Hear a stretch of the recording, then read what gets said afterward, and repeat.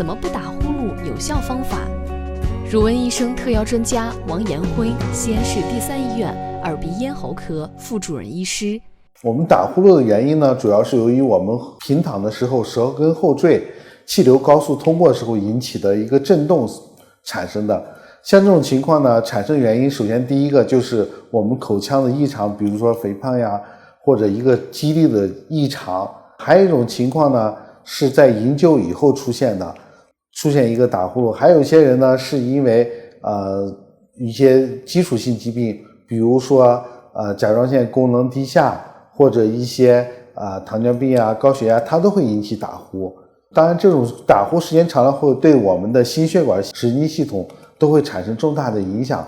所以一旦有打呼噜的情况呢，最好到医院进行相关检查，根据情况以后再采取必要的治疗手段。对于目前治疗打呼的办法呢，有这么几种。第一种呢，首先是通过一个饮食控制、减肥这样的调节来减少这个咽腔的一个阻塞。第二种呢是调整一个睡姿，我们可以采用左侧卧位，这样的方法呢可以减少这种舌后坠的机会。其次呢就是无创治疗，我们可以采用呼吸机治疗。晚上可以戴呼吸机，它可以给一个正压通气，这样来缓解打呼噜的情况。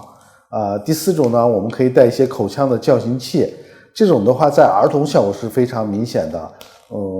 它可以减少小孩的一个打鼾。第五种呢，主要是通过手术。手术话呢，儿童一般是做扁桃体或腺样体的切除，而大人的话呢，一般我们是采用阿咽成型。通过成型呢，可以扩大口咽的通气，这样的话呢，就可以减少打呼噜的发生。